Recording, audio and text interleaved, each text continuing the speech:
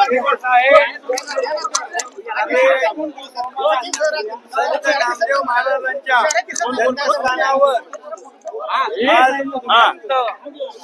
खाली घ्या नामदेव महाराज पुरस्कार या ठिकाणी माझ्यासारख्या कार्यकर्त्यांना त्याबद्दल मी संत नामदेव महाराज संस्थान त्यांचे सर्व वंशज संत परंपरा या सगळ्यांचं मनापासून आभारी आहे। मी मनापासून मनोभावे त्यांची सेवा करण्याची संधी किंबहुना प्रेरणा ऊर्जा मला या पुरस्कारामुळे प्राप्त झालेली आहे।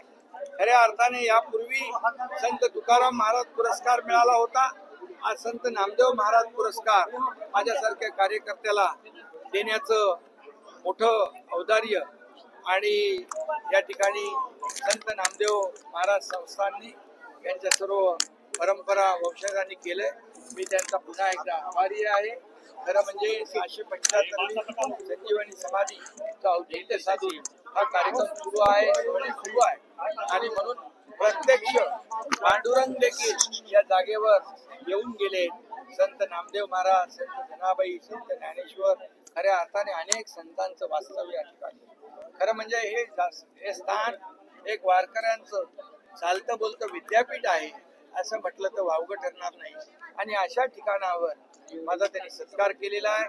माझी जबाबदारी आणखी वाढलेली आहे। आयुष्यभर या वारकरी